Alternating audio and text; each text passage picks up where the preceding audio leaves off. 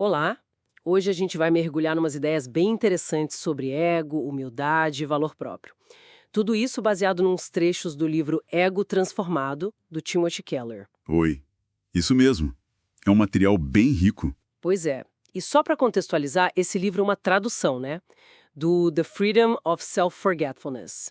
O Keller usa uma abordagem cristã, analisando um pedacinho da primeira carta de Paulo aos Coríntios. Exato. Ele parte dali para discutir o que seria a condição, digamos, natural do ego humano, e um caminho diferente para entender a si mesmo. Isso, ele chama de liberdade resultante do autoesquecimento. Um nome forte, né? Vamos tentar entender o que está por trás disso. Com certeza. Bom, o livro começa falando lá de Corinto, né? Onde Paulo viu que tinha muita divisão. E a causa, segundo ele, era o orgulho. Uhum. E Keller destaca uma palavra grega que Paulo usa que não é tão comum. Fisió. Traduziram como inflado, inchado. Essa palavra é chave, fisió. E o interessante é que isso já bate de frente, né? Tanto com aquela ideia mais antiga de que o problema é ter autoestima demais, quanto com a visão mais moderna, que geralmente foca na falta de autoestima. Sim, o livro até cita uma psicóloga, a Lauren Slater, que questiona um pouco se essa tal baixa autoestima é mesmo o grande vilão social que pintam por aí. Exato.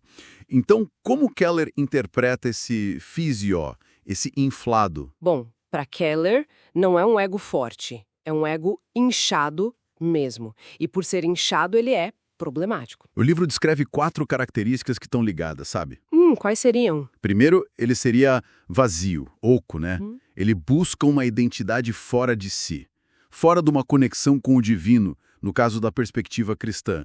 Isso lembra um pouco Kierkegaard. Entendi, vazio. Segundo, por ser vazio, ele é dolorido.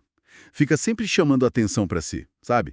Se sente facilmente ferido, ignorado, é hipersensível. Ah, faz sentido. Está vazio, qualquer coisa afeta mais, talvez. Exatamente. E isso leva à terceira característica. Ele é super atarefado. Vive se comparando com os outros, precisa ficar se mostrando, se vangloriando para tentar preencher aquele vazio, né? Tipo, construir um currículo para a vida. É, por aí. O livro menciona C.S. Lewis falando que o orgulho é competitivo na sua essência. Não basta ter algo, tem que ter mais que o outro. É uma corrida sem fim. Nossa, vazio, dolorido, atarefado e a quarta. E por fim, tudo isso torna o ego frágil. Pensa num balão muito cheio, sabe? Qualquer coisinho pode estorrar. Complexo de superioridade, complexo de inferioridade seriam só 2 lados dessa mesma instabilidade. Nossa, que descrição. O livro dá um exemplo da Madonna, que é bem impactante, né? Ela dizendo algo como: o que me move é o medo de ser medíocre, mesmo já sendo alguém, ainda tenho que provar que sou alguém. Esse exemplo ilustra bem essa coisa, né? Uma busca que não acaba e, ao mesmo tempo, uma fragilidade enorme por baixo. É desgastante, como você disse. Totalmente. Então tá. Se esse é o diagnóstico do ego natural, qual seria a saída proposta? Como quebrar esse ciclo? A alternativa que Keller apresenta vem da postura do próprio Paulo, lá em 1 Coríntios 4, versículos 3 e 4. Paulo solta uma que é bem forte. Qual? Ele diz: pouco me importa se sou julgado por vós, ou por qualquer tribunal humano. De fato, nem eu julgo a mim mesmo. É radical isso. Uau! Quer dizer, ele está dizendo que a opinião dos outros não define ele, mas nem a própria opinião dele sobre ele mesmo. Exatamente. Ele não baseia o valor dele no que os outros pensam, nem no que ele acha de si.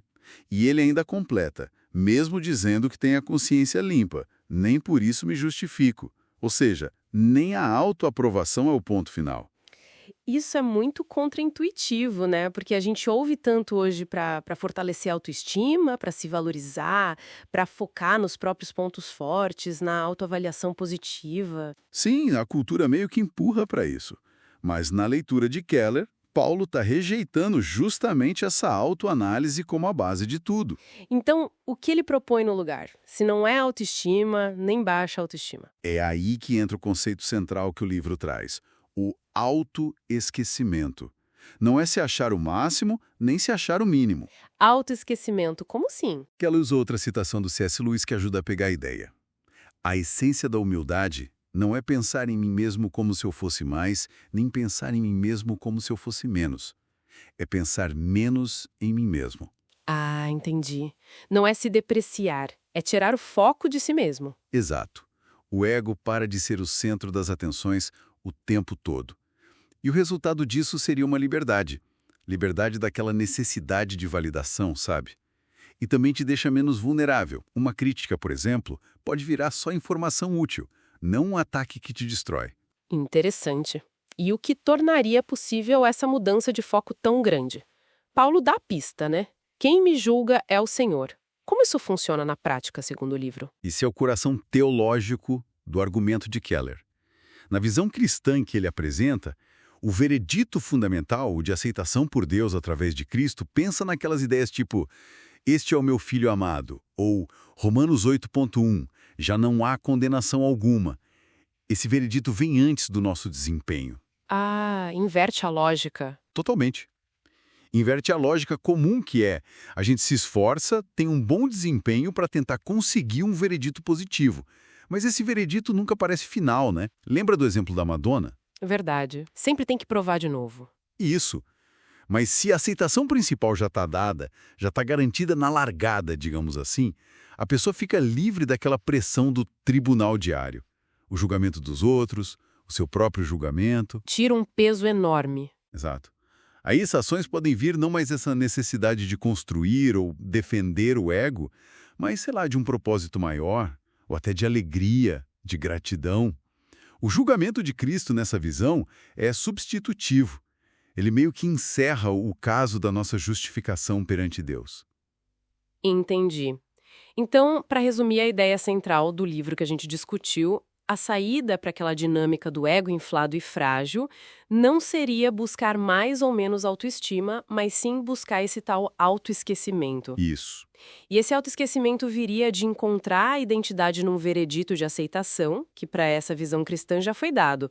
Isso liberaria a pessoa daquela performance constante para se validar. Exatamente essa linha de raciocínio. E isso deixa a gente com uma reflexão, né? Que o próprio texto sugere. Qual seria? Se essa necessidade constante do ego por validação, por comparação, fosse neutralizada, como isso mudaria a forma como a gente vê e interage com o mundo, com as pessoas?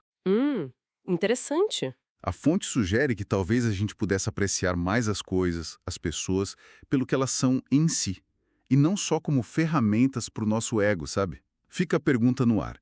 Como que as nossas motivações, nossos relacionamentos, até nossa capacidade de curtir a vida poderiam ser transformados se essa busca incessante do ego por um veredito diminuísse? É uma ótima pergunta para a gente pensar. Muito bom.